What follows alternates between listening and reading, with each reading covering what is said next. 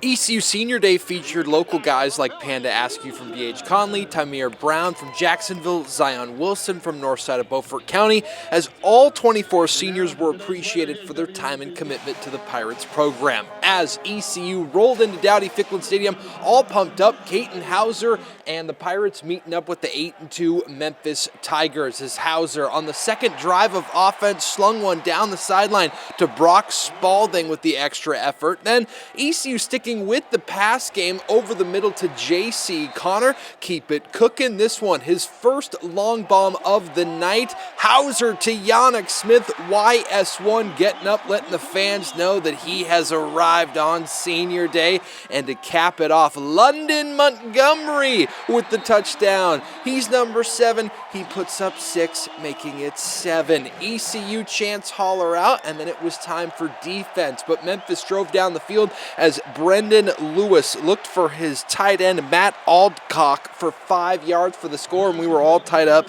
7-7. Tigers roar and Pirates snore. Nice creativity, kid. But then how about Zion Wilson getting in on the mix for defense with his first tackle of the night? That was not his last, by the way, too. And then Tamir Brown getting in on the mix as well. The pass is caught, but immediately wrapped up by number 24. He soared through that defensive coverage area for the whole night. And then once again, 2-4 on the screen coming through and wrapping up his guy for the tackle. ECU dance team with some nice moves. Handstand flip. Ooh, I'm too old for that. Ouch. Back to offense, ECU. Marlon Gunn up the gut, firing out of a cannon just like a gun with an extra end. Then Houser slinging it to Brock Spalding, but coughs with the football. Thank goodness Marlon Gunn was right there to scoop it up. And then Memphis infiltrating the backfield. How about the sack from Drew Watson? Memphis defense feeling good. Still 7-7. Blake Harrell going, gosh, I wish we didn't have to punt there, especially because the next possession for Memphis, Sutton Smith from the 16-yard line, an 84-yard touchdown, and Memphis would go up 14-7. The Tiger Nation feeling good on the road. And this celebration, all right, he's going to do a little jab step, maybe a campfire. Oh, okay, little Dougie. And I don't know what that is right there. I guess the money signs, but I got to figure out that and study up. Houser over the middle to Tyler Johnson for the first down. London Montgomery, he continued to move good on the ground with the extra effort going through the defender and not waiting for him to get tackled. Then Houser to Anthony Smith. Not a big night like he usually has, as Nick Mazie would complete the possession on offense with a 49-yard field goal. Pirates trailed 14-10. The fans still feeling good. Hey, it's a 4-point game. We're still in this. Don't you doubt us here at Dowdy-Ficklin Stadium. Then the final possession for Memphis on offense, Tamir Brown just continued to rack up those tackles. And just before halftime, Gianni Spedic hit a 44-yard field goal. 17-10 at halftime, and we were halfway there.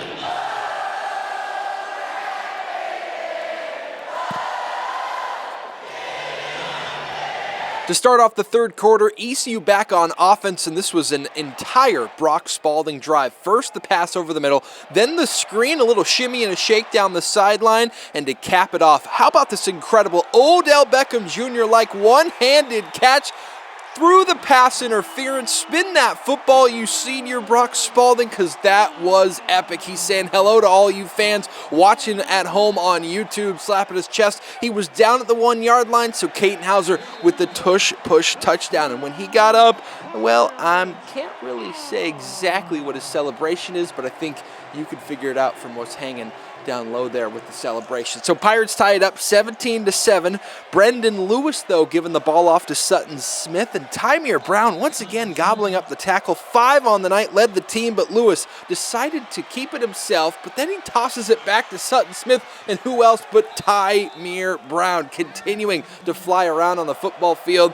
And then Brendan Lewis on the quarterback keeper. The scramble looked like he pulled something there on the run, but he's in for the leading score. 24-17, Pirate fans not happy about a few calls on that offensive drive for Memphis, but then Houser deep downfield to Desiree Riles. The tight end can't unhook the trailer, so he gets hit out of bounds. Pirates, though, and hey, check out Marcus Brandhoover, the former Richlands Wildcat, actually getting to suit up. Houser with the nice truck on offense. That kept the Pirates moving. Houser Houser on the toss to London. I see France. I see Montgomery getting ready to do his touchdown dance. Pirates knot it back up. 24 all. Pick your brother up and put him into the sky. Pirate Nation feeling it. The shirtless guys waving their shirts around. Epic to see all that heart come through in the boneyard.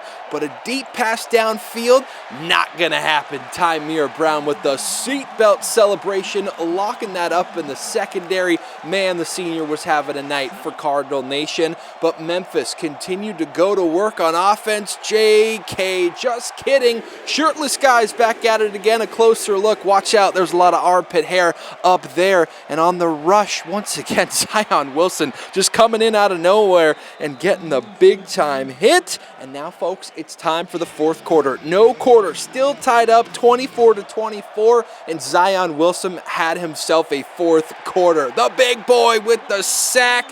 Lunch, baby. Please stand up, north side of Beaufort County. Then Lewis decided, you know what, I can take a sack here, but I'm actually going to go escape out of the pocket. The Pirates forgot how to tackle, just doing a little rink and dink.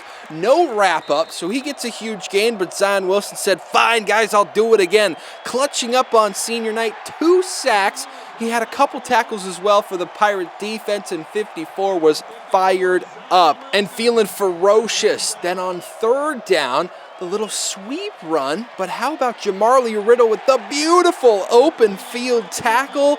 Yeah, number 2, show off the sophomore. He's been a great addition. Tigers decide to go for it on fourth down. Do not get it. Riddle and a swarm of Pirates take care of business on fourth down. You know who got that electrified? How about the entire stadium? Dowdy Ficklin looked impressive. After halftime, usually the fans leave, the student sections go home, but everybody stayed for this epic finish. 24-24 all. Katin Houser over to Anthony Smith over the middle. Pirates trying to drive to take the lead, but Katin Houser, he coughs up the football, and the Tigers recover, trying to evade the sack, but he ends up potentially costing the Pirates. Fans were a little bit sad, and that would lead to another Gianni Spedic field goal. 27-24, 2:29 to go after a 30-yard field goal. Pirates fans just don't lose hope yet as Houser on the final drive of the game to Peyton Mangrum over the middle. Remember that name. Then Houser, once again off the RPO, looking for Desirial Riles, the tight end, with a few clutch catches late in the game. Just burning and churning, the Pirates continuing to gain yards. Another pass to Anthony Smith, and he gets out of bounds to stop the clock. Just about a minute to go left in the game. Katin Houser would unload and find Peyton Mangrum for the go-ahead touchdown. Are you kidding me? No tie for overtime. Peyton Mangrum calling game. The backup redshirt senior who transferred from South Carolina, making his moment count when it mattered the most. Pirate Nation in the boneyard just up on their feet, elated. Memphis had one final shot, would get a little bit of good yardage here on the reception to set up what could be a manageable Hail Mary. So Brendan Lewis looking, just turning, throwing it up, and who would come down with it but ECU's Mike Wright Jr., and the Pirates get the win. An unbelievable night, 31-27. And oh my goodness, Pirates win their first senior day win in 4 years, improving to 7-3, still tied for first in conference as the fans storm the field for a historic way to end the night for the last home game of the season. We had a little bit of a lull there in the second half, and you look up there and you see those students kind of rallying, and that's the way our football team rallied in the fourth quarter and in the second half there, and that was so special. Just going out with a bang with a win like that with Dowdy, that as electric as that. Man, it's I ain't trying to get emotional, but it was amazing for me, especially when I'm not used to that. It was crazy. I mean, I'm still kind of in shock with everything that happened. This tight ball game, down at half, and then just seeing the fans and stuff rallying behind us and finishing on that 2-minute drive after I thought I lost the game with that fumble, just having it all come together and win like that. It's really special, a special group of guys, and it was fun to go out there and win. So, yeah. I just know I've been through a lot this season, not really getting the plan I want to, and I just stayed down, kept playing focused, kept coming to practice, showing up every day. That's the hardest part is like getting up every day, going to do it, and you're not reaping the benefits that you want, just trusting the Lord and the plan He has for me, to be successful. And, whether it's not my own individual plans, the plan he has for me. And, you know, getting to make that play tonight, like, it meant a lot to me. And know my parents back home, grandma back home, like, knowing they get to see that, like, that means a lot to me. And, like, I got, 3 games left, like, so to go out like that, especially in my last home game, like, is a great feeling. You know, Peyton Mangrum makes a huge play that, you know, he's kind of a backup guy, has a role all year, 4-core special teams, Mr. Do-It-All, and then didn't play a whole lot in the first half. Yannick goes down, and then his number's called, and he makes a heck of a catch there in the end of the game. And you know, Katin Houser had a turnover before that drive, comes back, didn't phase him one bit, goes right down the field, puts us in the end zone to win the game. So, so many good things happening tonight, and such a huge game. And the Pirates are still going to wake up first place in the morning, tied for first place, and that's a pretty good feeling. Just like Blake Harrell said, still tied in first place for the American Conference. Pirates travel to UTSA next week and then finish the regular season at Florida Atlantic. For News 12, I'm Luke Schwartz, and that's YouTube's edition of Sports with Schwartz.